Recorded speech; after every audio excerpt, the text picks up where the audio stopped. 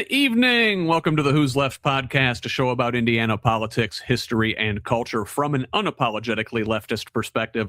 My name is Scott Aaron Rogers, and I'm broadcasting from Bloomington. You know, last week's sweep by Zoran Mamdani-endorsed Democratic Socialist candidates in the New York congressional primaries highlighted a growing rift within the Democratic coalition. Establishment figures like House Minority Leader Hakeem Jeffries, longtime strategist James Carville, and former DNC Chairman Jamie Harrison flipped their lids, bemoaning the gains by an insurgent left flank of the party. Harrison in particular said, quote, "If you hate the Democratic Party, then please don't run for our nomination, don't use our resources, don't rely on our volunteers, don't use our infrastructure, don't ask Democrats to invest their time, money, and energy in your campaign. Focus on building the party you actually support." End quote. Okay, fine. The problem is when leftists and progressives do that, and third parties draw from the Democratic vote, then we get accused of playing spoiler. You can't have it both ways. As Alexandria Ocasio-Cortez noted in 2020 when she said in any other country she and Joe Biden would not be in the same party, the U.S. two-party system forces a wide spectrum of ideologies into just two umbrellas, meaning progressives, socially liberal corporatists share a party label. In a country with proportional representation and a multi-party system, she and I would belong to a labor or social democratic party. More parties are one way to break the duopoly. My guest last week, British author Metin Pekin, detailed a no-party system. Either way, the work begins by revoking the special privileges held by the two major parties baked into our laws, and that begins by electing independents of any stripe who will undertake that work. Tonight, my guests are a trio of candidates running from outside of the two-party umbrella right here in Indiana. Returning guest and State House District 13 candidate Ben Davis, State Senate District 23 candidate Joshua Brant, and Secretary of State candidate Harrison Jacobo. We will bring them in momentarily, but first, we are also independent and as such could use your help. We don't paywall content, we don't charge candidates for interviews, and we certainly don't have billionaire benefactors. We refuse to hide important information behind paywalls in the middle of a political crisis, even to our financial detriment. So please, if you find value in this work, go to progressiveindiana.net and subscribe at the paid level. It's only $5 a month or $50 a year to help us build the infrastructure that will pop the right-wing media bubble in this state. And while a paid subscription is the best way to help us grow and sustain this project, you can help in other ways by liking and sharing on social media, commenting, leaving reviews, providing feedback, and forwarding our content to your people. Get us when you can. Mostly, we just want you here in this community of Hoosiers dedicated to making the state and its government work for all of us, not just the elite few. Please join us. Follow me on Blue Sky, Instagram, and Threads at whosleft.us and on Facebook, TikTok, and YouTube at Who's Left. Progressive Indiana Network's handle is the full spelled out name on most sites, but on Blue Sky and TikTok, it is PIN Indiana. Please help us grow with a follow wherever you're at. Tell the others. Let's build a radically democratic Indiana together. Now, let's welcome our guests tonight. We've got Ben Davis. Ben, welcome. Hi, Scott. Thanks for having me on again. Glad to have you back. Also with us tonight, Joshua Brant, candidate for Senate District 23. Joshua, nice to meet you, sir. How you doing? And also with us is Harrison Jacobo, candidate for Secretary of State. Harrison, nice to see you again. Well, good. It's good to be on. Thank you all for joining me tonight, guys. Listen, first of all, before we say anything further, I just want to thank you for doing what you're doing. It is an uphill battle for sure, running as an independent, running outside the two-party system. I think all of us here on this call, for sure, and I don't know, the majority, a plurality, a large number of Hoosiers are also fed up with the two-party system and the way it works, and it's going to take folks like you sort of, crashing through that ceiling to go ahead and, open things up for other folks. So with that, I'm talking to former Indianapolis Mayor Greg Ballard here in a couple weeks, and he made news by turning in something like 74,000 signatures, which is double the amount you need to qualify for the ballot for Secretary of State, and that is a statewide race. So that is like the most number of signatures you would have to procure to get on the ballot of anyone. Harrison, you are a statewide candidate yourself. Ben and Joshua are running in districts, so your thresholds are lower. I'd like to talk a little bit about just the process of securing ballot access as an independent. Ben, now you're in a state house race, so that's going to be the smallest district of anybody here on this call tonight. What was your magic number? Like, how many signatures did you have to gather? My magic number was 384 verified signatures in my district. And Joshua, state Senate district, a little bigger. How about you? My calculation 632, but my county said 628, so right around that. So about double, and I guess that makes sense as there are half as many Senate seats as there are House seats. And then now, Harrison, for you running for Secretary of State, statewide race, you had to hit that same threshold as Ballard, and that is something in the neighborhood of like 37,000 signatures. Is that right? Yeah, that's correct. So I guess what does the process look like? How do you go about that? How do you make sure you're meeting the thresholds? I understand, like, again, in Ballard's case, he procured double because a lot are gonna get thrown out. Did you guys, Ben, Joshua, experience that in the process of getting your signature certified? How many did you wind up getting, and how many wound up counting? And Ben, I'll start with you there. Yeah, so this process has been going on for 6 months, right? With over 30 people on my team, including Harrison. Thanks for helping gather some signatures for me as well. We gathered overall about 650 signatures, and that includes about 2,500 doors knocked over that 6-month period. So again, 650, I'm coming out with right at 428, so a little bit above the threshold to make sure that we have a buffer in case the state office decides to do anything funny. But yeah, that's where we're at. So it was something like a 63% verification rate. So a lot of the folks, that percentage, right, either weren't registered to vote in the first place. They were like, yeah, I'd love to sign for you, but I had no idea. And to have that longer conversation at the door when you need to go to the next door to get these signatures when you're under the gun is tough. And then the other major population were people that were registered to vote, but not at the address where they were in District 13, where I knocked at their door. So. And so those are the things that will get a signature tossed is A, the person's not registered to vote, or B, it's the wrong address, or all their information doesn't quite line up with what it says on their voter registration. Joshua, how about you? Same sort of the process, going knocking on doors, asking people to sign their signature and get you on the ballot? Yeah. As a first-time candidate and independent, I didn't really have a volunteer network that I could rely on.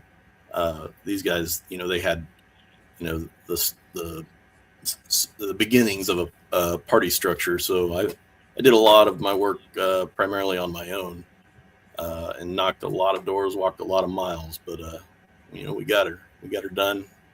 We got where we needed to be. So. What kind of buffer did you have? In terms of, I had figured on a 30% buffer, and that's what I was kind of aiming for. But I found out right there at the end of May that I was actually my original estimate was about 200 shy of where I needed to be. So not only did I need to really step it up here in June, to make my number, I also needed to step it up to, have that buffer there as well. So now, Harrison, in your case, I said running for a statewide office, you had to hit that 37,000 threshold. And, unlike Mayor Ballard, you don't have hundreds of thousands of dollars in donations and that sort of apparatus behind you. I guess he got a little hand from former Governor Mitch Daniels, and it's a lot easier to put in place the infrastructure of a signature gathering campaign, I imagine, when you have the funding to do so. Now, I understand today is the final day to gather signatures. It's the last day of June. You're not going to make that threshold. Is that correct? Yeah, that's correct.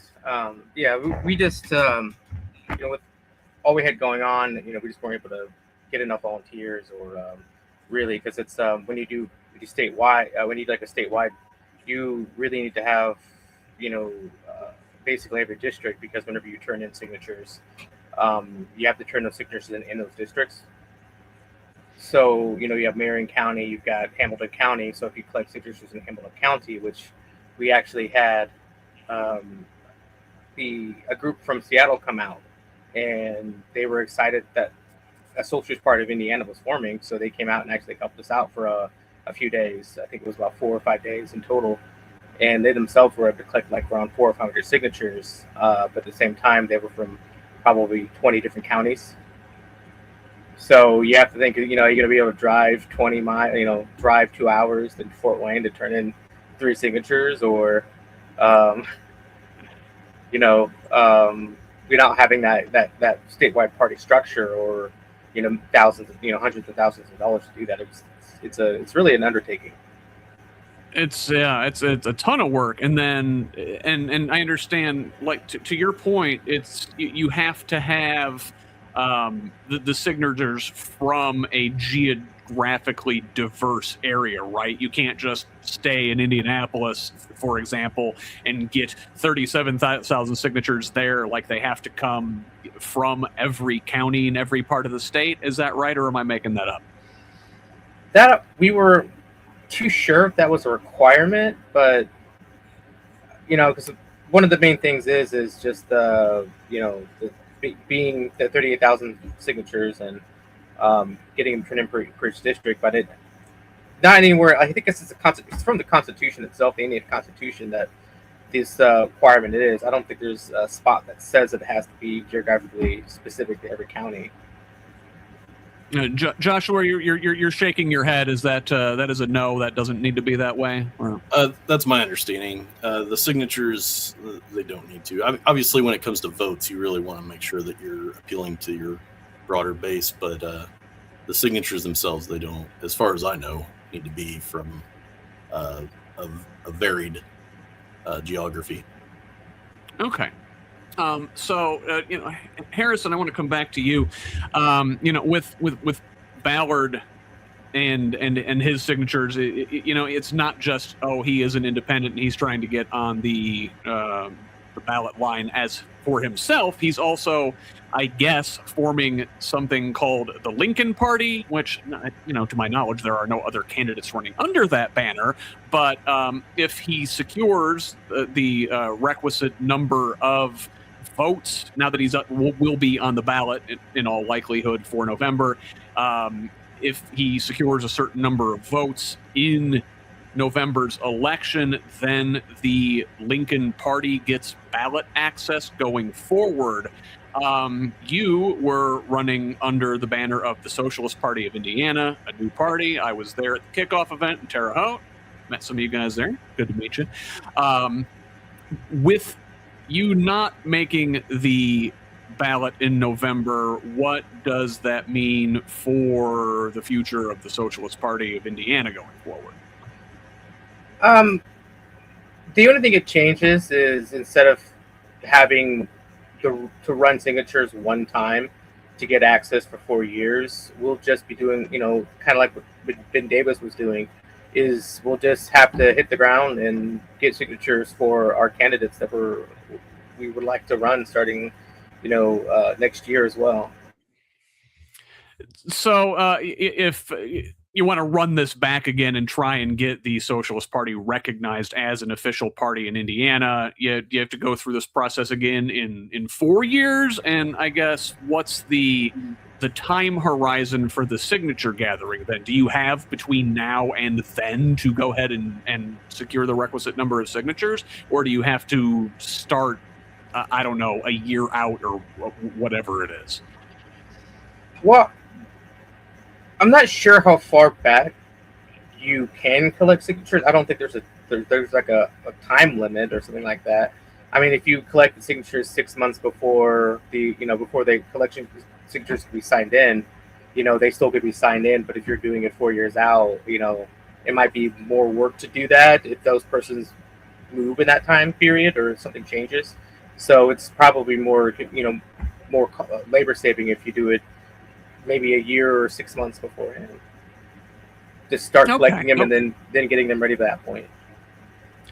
And I know, Ben, you were also there in Terre Haute with us a couple months ago and, running on the Socialist Party line or attempting to run on the Socialist Party line. If we had secured one, what does that do to your candidacy? Does it just show you as an independent now on the ballot? How's that going to work out? So my Can 19 forms, the petition forms, right? There's 2 checkboxes, right? You say either I'm independent, no party, or I'm independent with this party, whether it's the Socialist Party of Indiana or the Lincoln Party or whatever you want to put on that. Now, the recognition of the party as an official ballot line is as you stated, right? You need to get on the ballot with 2% of the last election as far as signatures, and then you need to get 2% of the vote in that general election, and then you have that ballot line going forward for the next 4 years. So for me, my ballot is going to say I'm going to be on the Socialist Party of Indiana, just as Greg Ballard, if he gets ballot access as well, will say Lincoln Party. Now it's again not an official minor party that has ballot access. Socialist Party of Indiana will not for at least the next 4 years. So we are going to be continuing to run candidates as independents for the next 4 years until we get another shot at Secretary of State. But yeah, as far as mine goes, my understanding is my ballot's going to show Socialist Party of Indiana. Fantastic. And then, Joshua, in your case, your ballot line will just say independent come November. Is that right? That's correct. So I guess, Joshua, what inspired you to do this, to take on this uphill climb, to run as an independent? Certainly not the easy route.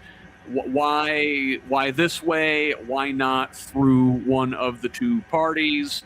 Tell us about your process and how you arrived here.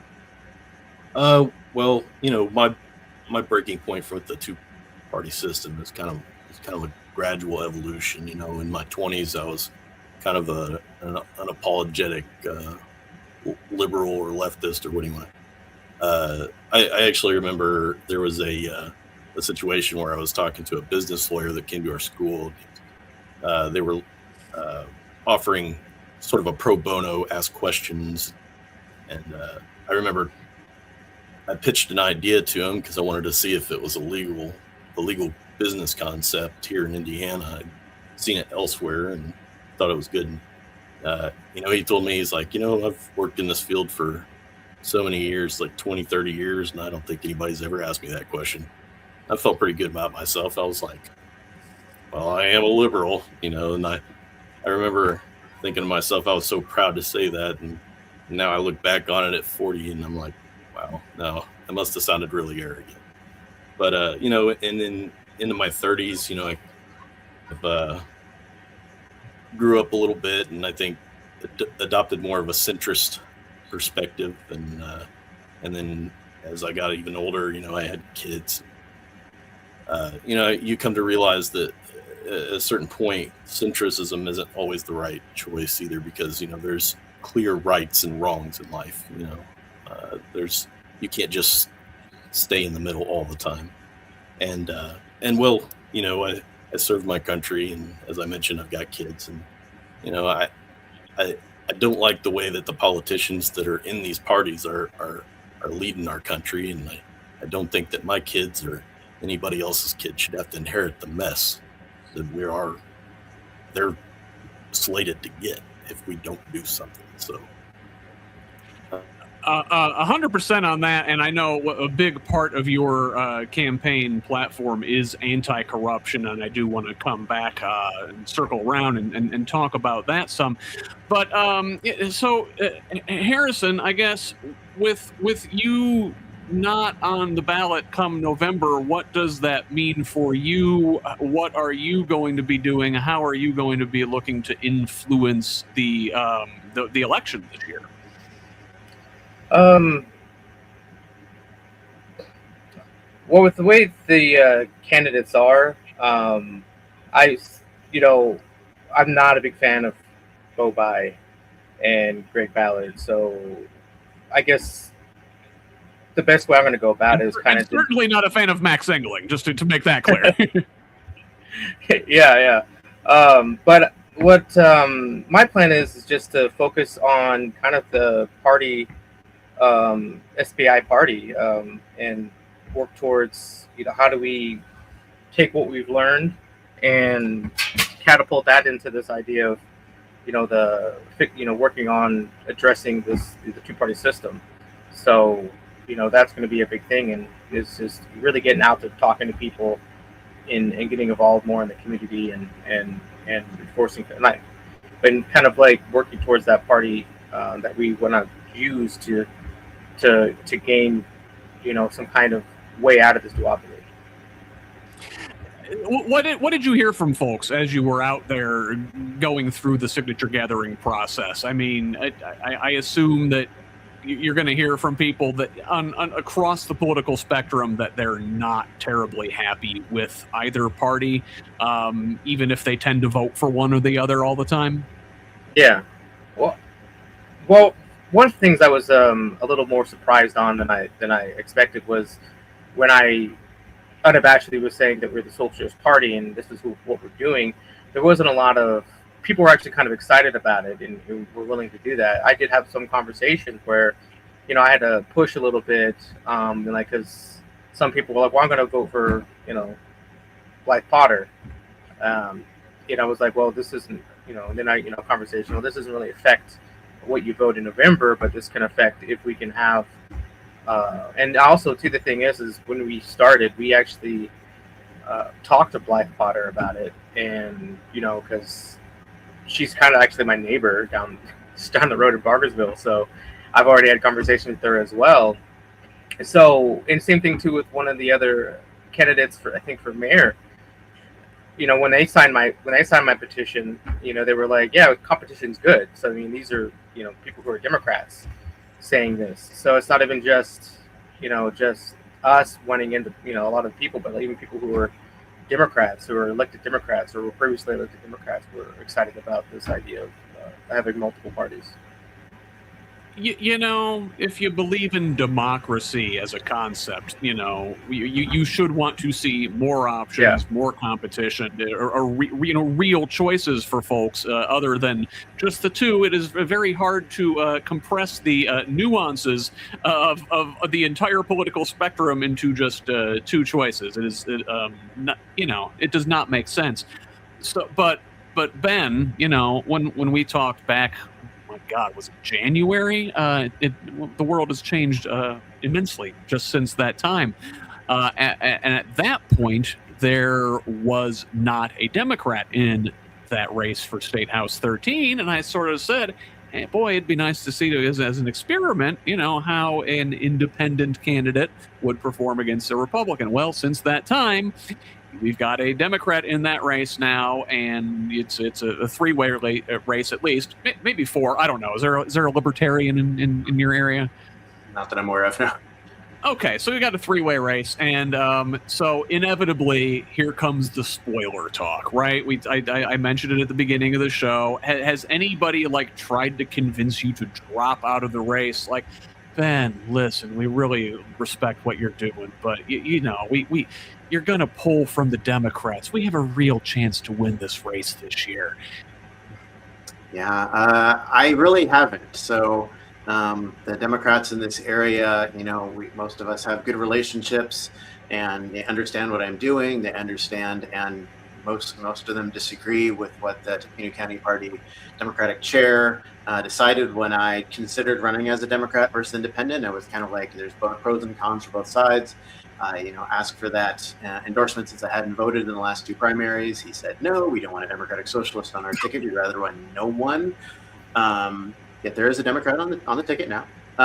But yeah, the most of the people that I talk to that are Democrats here locally are just like, yeah, we understand why you're doing it. We disagree with the party chair's decision. We're upset with him about that.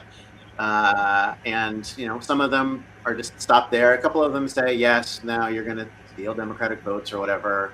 And I don't really buy into that. That, as he said, right? They don't believe a Democrat can win in this district, so they were okay not having one. So there's that in the first place. They weren't going to invest any dollars significantly in the race. So, but my intention, and still is at this point from the start to now, is I am full court press of this campaign, right? I'm not just running to be a paper candidate, which is another reason that motivated me, because the previous candidate in 2024 was just a paper candidate and got 26% of the vote. So I thought, if that's the bare minimum, then I can obviously do better than that. So that's the experiment. Now that it's a 3-way race, looking at the win number and everything, our campaign is still planning on a win number as if it was a 2-way race. We're being very aggressive. We want to win this race. We want to, take the power away from the MAGA Republican, in this race, and show the state and the country what an independent Democratic Socialist that one can win in the heartland of the country, and to encourage others to do the same. So, Josh, you're in the same area there as Ben. Maybe just a step up at the state Senate. I've spoken with the Democrat in your particular race on several occasions. Actually, Dr. Sanders is one of my earliest guests on the show. Nice guy. Do you get the spoiler treatment? Not nearly as much as I thought I would. But I still get the sense that there's some holdouts in terms of, like, on either side, because I'm gonna be trying to appeal to more than just Democrats in my race, because I do have 2/3 of my district is Republican. So that being said, the Republicans have been the stronger holdouts, to be honest with you. The more firm no's, but as far as people trying to talk me out of, running or pushing that split ticket, misconception, I haven't really seen that too much. And I don't know if that's just because I've just been, collecting signatures at this juncture, or if it's something else. So the dynamics of your particular race are quite interesting. I think the Republican barely survived their primary by only 3 votes. The incumbent Spencer Deary fought off a far right challenger in that district, and I wonder if that changes the way you run the race, the way Professor Sanders would run the race, or I suppose it's more difficult to appeal to the large middle if you have somebody like Spencer Deary, who can at least theoretically say, well, I'm more of a moderate, at least compared to Paula Copenhaver. Yeah. And I got to be honest, it put me in a weird, just, because I paid close attention to it, and I'm sure Dr. Sanders did too.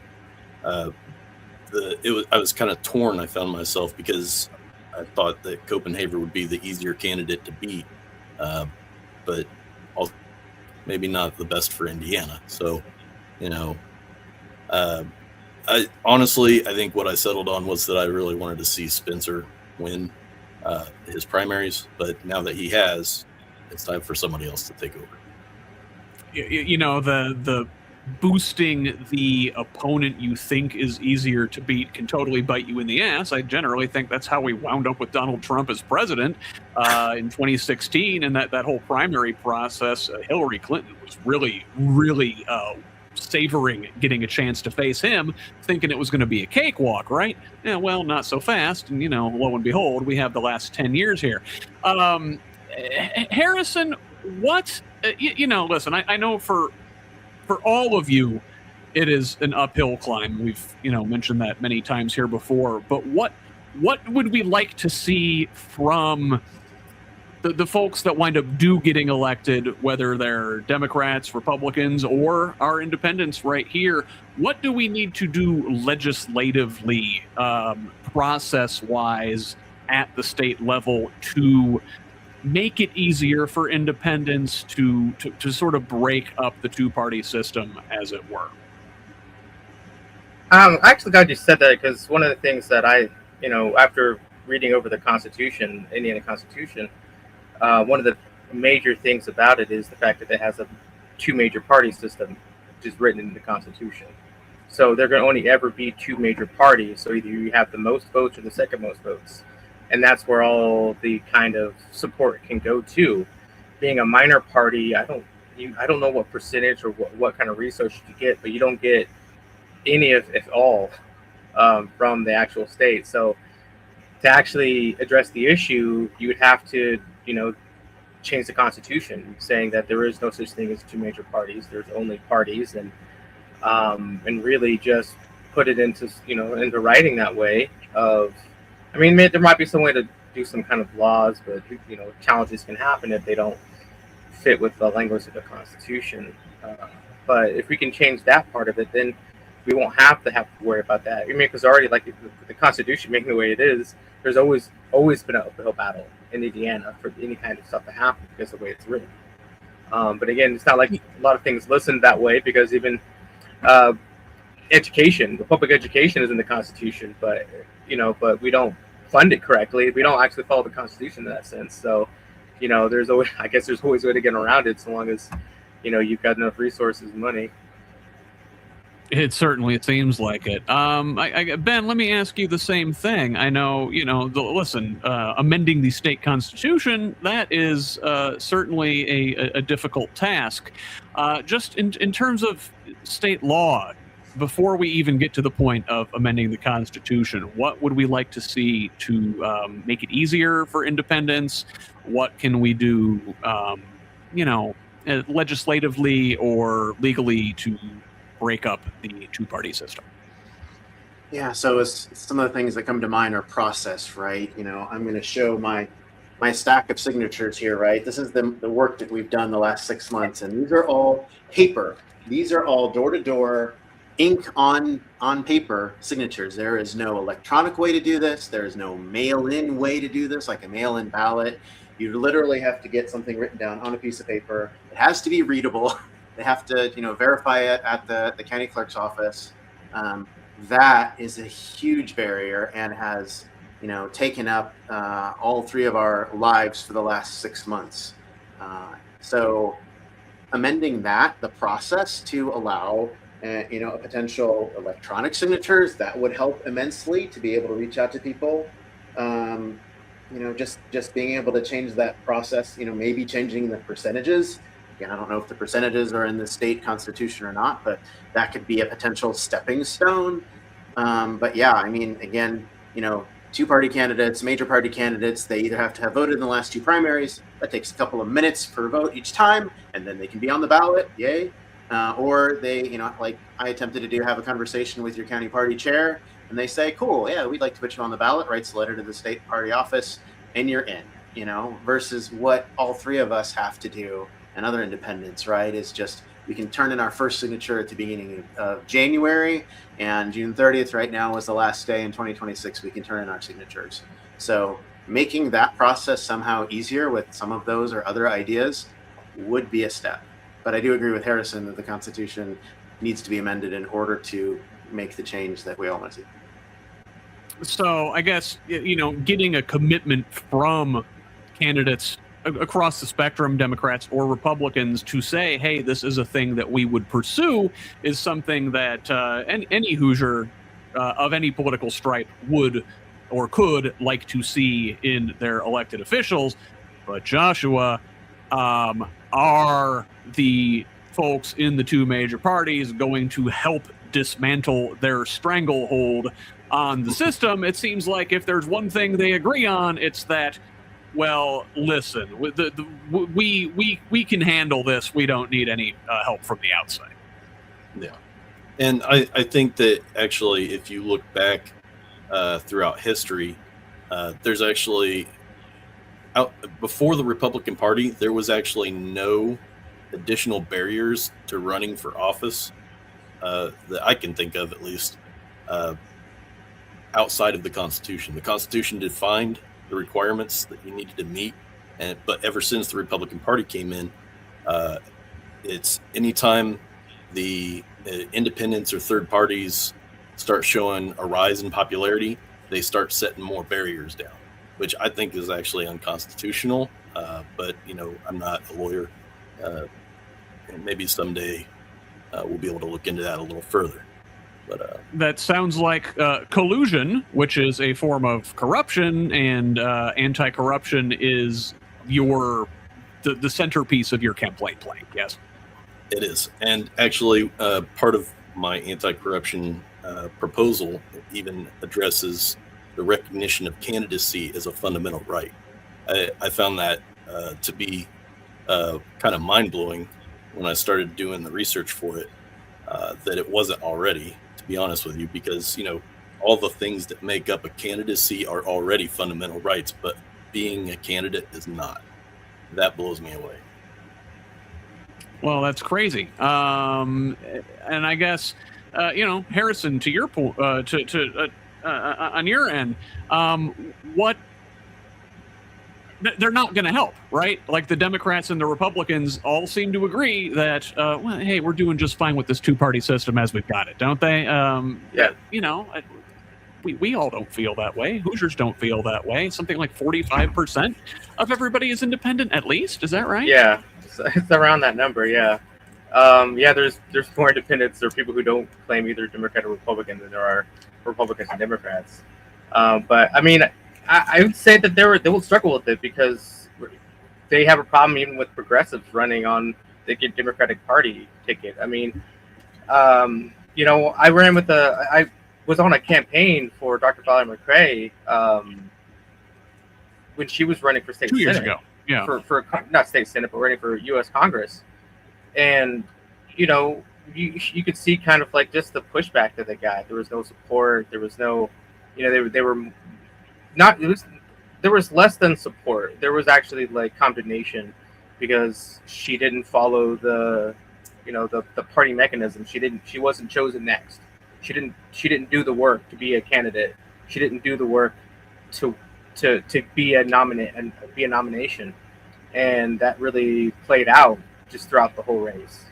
So I mean, you can't even get progressives to run, in the party without being attacked or demeaned. So yeah, I mean, they're not going to be supportive of that kind of change to kind of push away some of their power or control over the party systems. And so Ben, I guess let's talk about Thursday. We've got an event coming up in Indianapolis, I understand, to coincide with both the ending of the signature gathering process, officially turning in all that paperwork to the state to be certified that you will be on the ballot in November, and also, hey, America's got a birthday coming up this weekend, so Independence Day is the theme of this event on Thursday. Can you tell us what's going on there? Yeah, so this silly idea it came into my head. But I think it's cool. It just helps amplify this what we're talking about here about the larger hill that independents have to climb versus major party candidates. So 10 o'clock at the Stargate, which is in between the State House and the Indiana Government Building. We're going to just have a little press event where we're going to talk about similar kinds of things here. and again, just try to like you're doing here. Thank you for amplifying the voices of independents in Indiana, trying to get the word out to Hoosiers of, hey, we're not just some crazy people who decided to go in our county office one day and file something. It is the exact opposite. So just bringing awareness of this. So yeah, this will be 10 a.m. on Thursday right there at that Stargate Monument. And Joshua, you'll be there as well? Absolutely. Very good. Harrison, are you going to be there? Yeah. I plan to. Fantastic. Are you guys, I know there are other independent candidates running across the state. We mentioned Mayor Ballard frequently. Down here in my neck of the woods, Sean Steele is running as an independent in House District, I want to say 75, down in Lawrence County. I'm paying particular attention to his race this fall because I don't think there is a challenger. And part of the problem that Democrats have running in places like Indiana in rural spaces is that just the Democratic brand is not great out here. And so, can somebody who's even, and again, I'm having Sean on, I want to say, about 4 weeks from now on July 28th, just confirmed that here earlier today. So, I don't know what his platform is all about, if he would, fit more with a Democrat or, more of a standard, real true independent, as it were. But just seeing what somebody can do against the Republican incumbent without the Democratic baggage, as it were. And do you, as you guys are out there gathering signatures and stuff, is that something you were hearing as well from folks? Is the Democratic Party not, they don't represent me terribly well out in your areas, particularly Ben, Joshua, are largely rural. Is that something that you've heard? Joshua, you're nodding your head. I get a lot of people that, they try to get me to tell on myself in terms of whether, I lean left or right. And I always try to tell them the same thing. I'm not trying to tie myself to any preconceived notions of anything, because I think for myself. I want you to, as I judge each individual issue, I take each issue and I weigh the perspectives on both sides, and I want you to look at my take on each of those issues individually, and come up with a conclusion for yourself of what I am. I don't want you to tie me to something that somebody else has already labeled. You know what I mean? Ben, same question to you. Are folks telling you that the Democratic Party's not doing such a hot job in rural areas? Maybe even on issue after issue. If you're talking to them at their door, you'll say, "Well, hey, you're kind of seem to actually be on the left. Why don't you vote for Democrats?" Yeah, I haven't really had much pushback at doors that I'm not a Democrat. And when I say, hey, I'm an independent socialist candidate running for state house, I'm not a Republican or a Democrat, it is shocking to me that so few people don't react to that. They listen to what I'm running on, from free healthcare to doubling school teacher salaries and things like that, and I'm trying to get on the ballot, and in order to do that, I need your signature.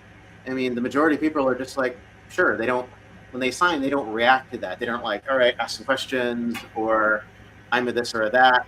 They just, like you said, we said 45% or whatever it is of Hoosiers are independents. And I have found that appeals to people. Nothing specifically about, the Democrats this or Republicans that. It's like, I want more options. I've heard that many times. I would love to see more options. People... We all are independent, theoretically. We should have areas where we disagree with whatever party that we associate with most closely. That is normal and natural. And, I think people see independence and they're like, oh, that resonates with me, just because, you're different. You're an independent thinker. You're a free thinker. You don't just toe the party line at all costs. Harrison, I want to ask you about the socialist label. This is a thing that I not get into it with. I have thoughtful discussions with folks online about is whether there is too much historical baggage with the socialist label, particularly in a I guess more conservative leaning state like Indiana. Is that harmful to your chances to call yourself a socialist out loud in 2026? Or does that even mean anything anymore? Like, they've been calling everything to the left of hunting the homeless for sport socialism for 100 years now. Yeah. I would say it's not as big a thing as it used to be. It definitely was a lot of demagoguery around the idea of being a socialist and what a socialist means. And, I always think it's funny when people try to tie like Nazism to socialism because it's in their name. I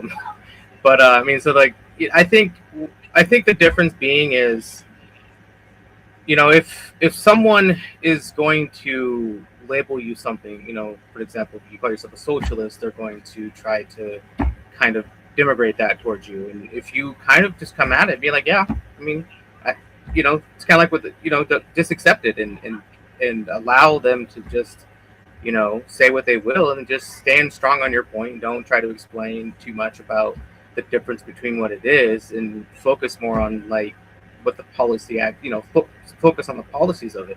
If they're going to, try to like change the narrative towards, the labeling, well, the important part is, what are you doing for your community? Are you focused on your community? Are you working on community rooted policies? Do you have homeless in your community? How is your stores? How is your, how are you feeding people? And those are the things that people really care more about. And it's best to just avoid identity politics and just focus on, the actual issues at hand. Yeah. I think, you mentioned identity politics, and I think that is a term that gets tossed around. If you don't fall in line and support the Democrats, it's, you're sacrificing people of color. You're sacrificing the LGBTQ community. How would you respond to that framing? I always go with, Joshua was talking about it, but I struggle with the idea of being, as a Democrat, being called a Democrat, things like that. So, how I think about it is besides ideology, besides all this thing, it's about the golden rule, and I like to follow the golden rule: is treat others as you would like to be treated yourself. So, if I wouldn't like to be treated that way, so I'm also going to defend those who are treated that way, because if we're not standing out for others, we can. It doesn't really matter, what we're all called, so much as we're treated equally and fair and equitably. And I think that one of the things I always try to do is respect people as they want to be treated.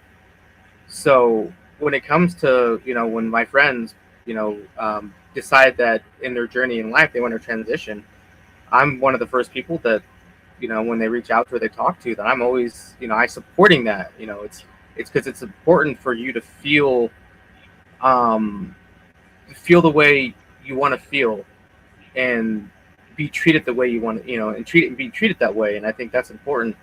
And it doesn't really matter what we think, because it's not us. If someone started calling me other names and stuff like that, I would be like, yeah, I'm like, this is who I am as a person. And please call me this way. So that's how I think that, people should be treated. It's just the way they want to be treated.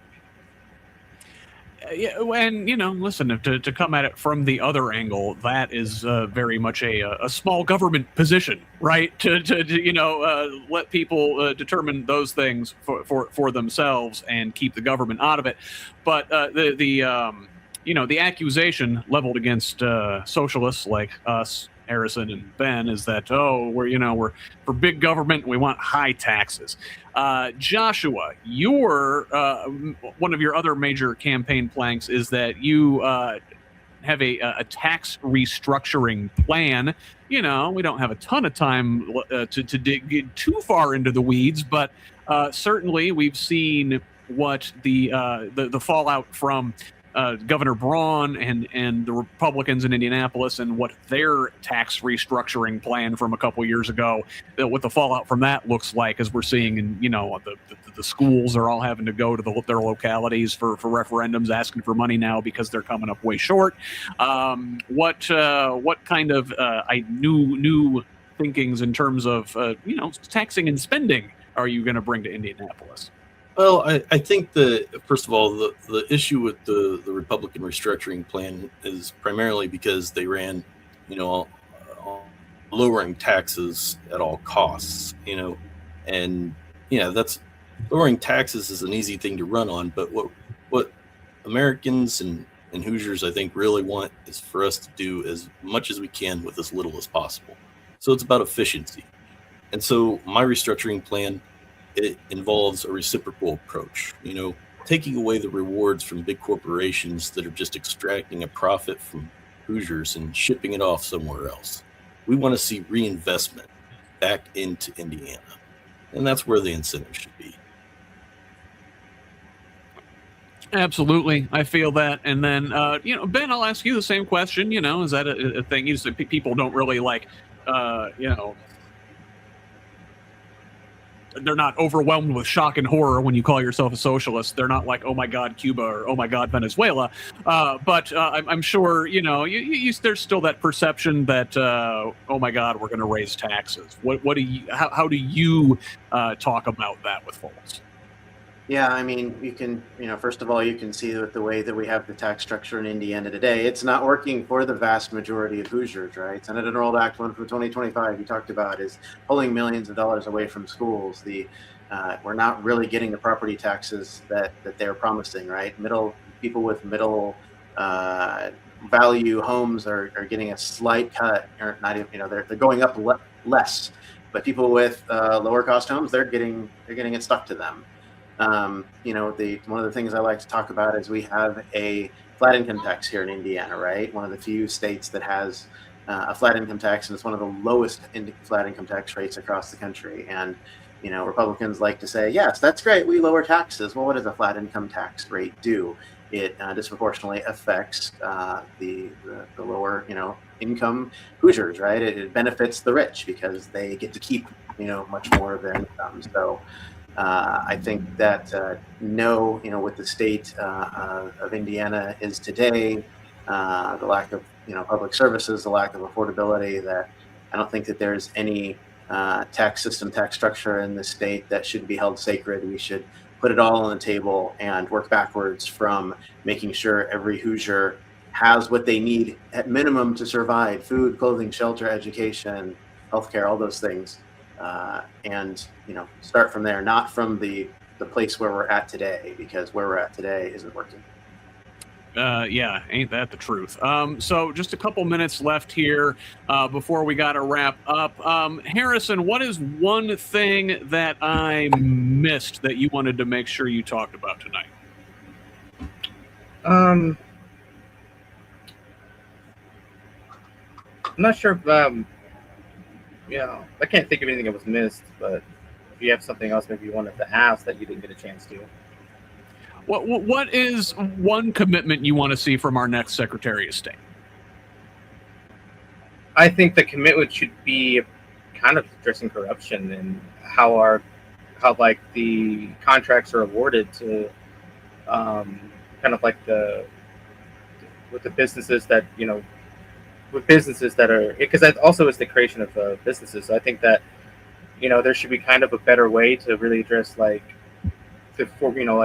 small businesses and things like that. I think that's an important part, and also